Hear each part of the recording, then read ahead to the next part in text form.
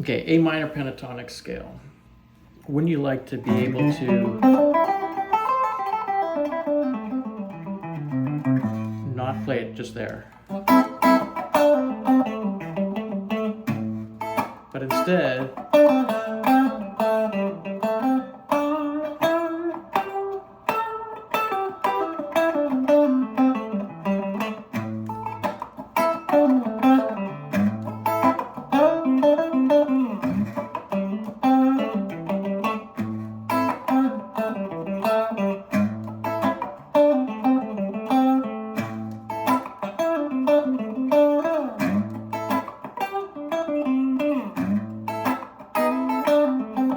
okay, so what I'm doing is instead of playing it here, I'm kind of looking at the two middle strings, the fourth and the third string, to play it off of. So how do you figure out which notes are in play?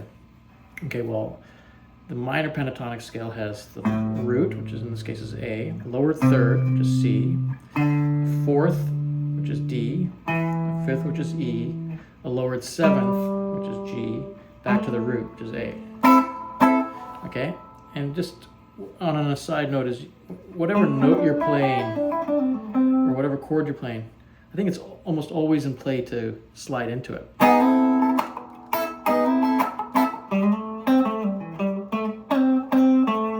See that? Even though those notes aren't in the scale, it's in play, okay?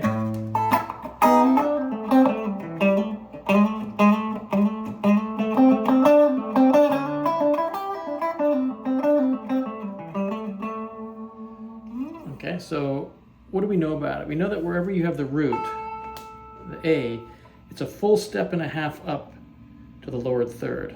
Okay, that's going to be your next available higher note. Okay, now where else does that occur in the pattern? Well, it also happens with the E. Okay, the E is the fifth of A. Wherever you have, this is your root, the string lower on the same fret is going to be your fifth. Okay, so you have an you have an A, and then this is an E. And in both those scenarios, it's a full step up and a half to the next available note in that scale. So if you apply that in conjunction with the fact that, so there's four notes, E, G, A, C, and then D. That's all five notes in the scale, okay? And you can play it like this. A, C, D, E, G, A, okay? That's an order from the one to the one. Okay? So in the middle strings, here you have a second fret of the third string as your root. So you know it's a whole step and a half up to the C, okay? And wherever it's not an A or an E, then it's only a whole step up, okay? So A determines it that it's going to be a whole step up, whole step and a half up, and then it's only going to be a whole step from a C to a D, a whole step from a D to an E. Now E requires you go a step and a half, and then it's a whole step up from the G to an A, and then it's another step and a half. Okay?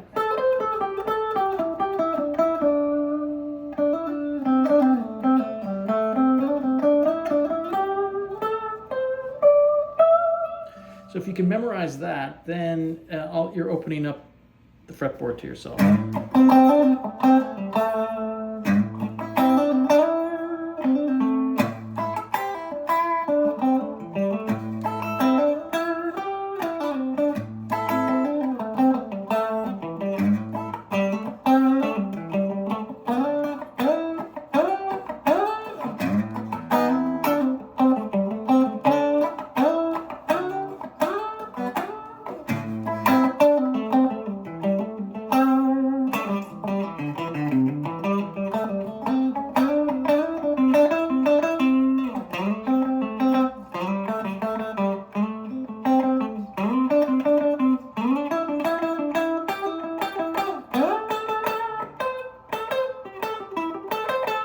Here's an A, so it's a whole step up and a half. Here's an E, so it's a whole step up and a half.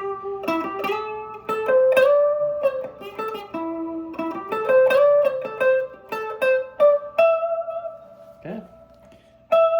That's an E, so it's a whole step up and a half, so that puts you there, whatever that is. Okay.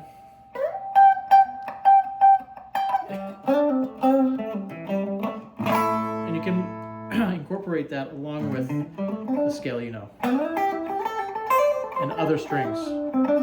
But visualizing it in the middle two strings really helps you navigate the board a lot. The other thing to know is that wherever you have an A, or the root, and the lowered third, your next three strings are going to be just whole steps up. So let's apply that somewhere. Okay. So here's an A here.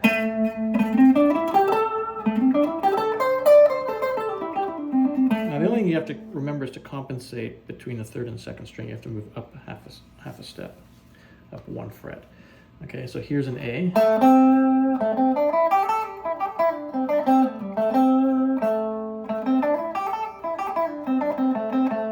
So wherever you have the A,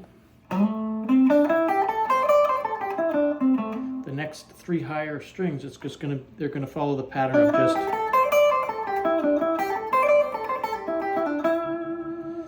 So here's an A, here's an A, here's an A.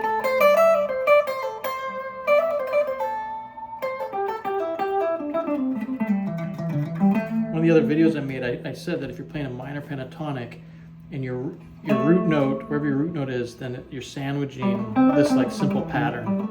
The root's going to be in the middle of this like 6-note pattern.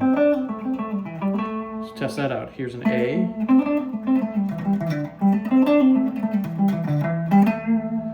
Here's an A.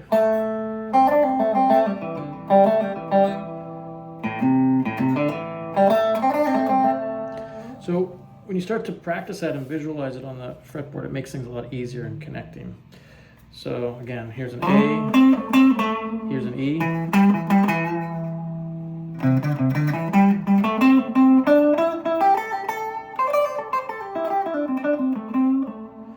Okay, this is mindlessly playing, but you can, create licks using those sort of visualization tricks,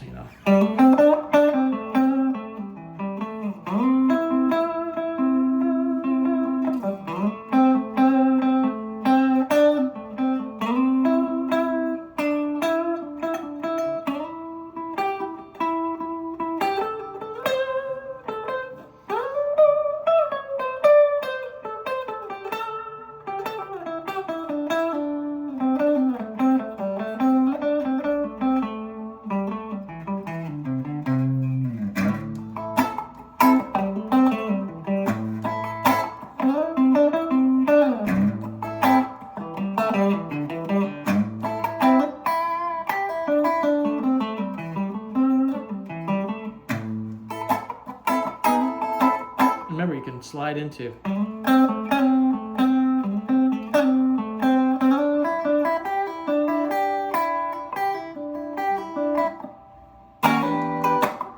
There's an E minor 7.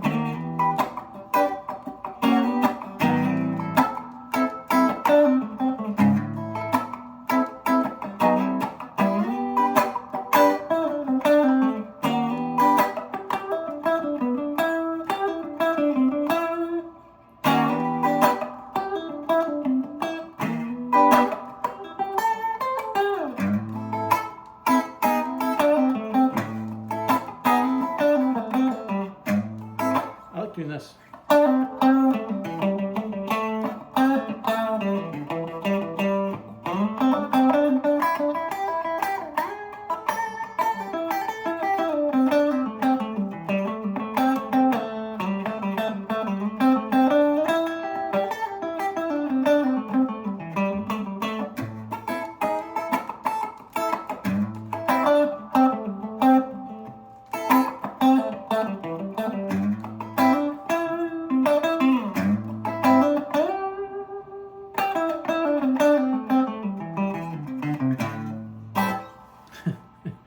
So, I made a couple of mistakes during the video, but I don't really edit them or anything like that. Let me know if you find this helpful or confusing, okay? All the best.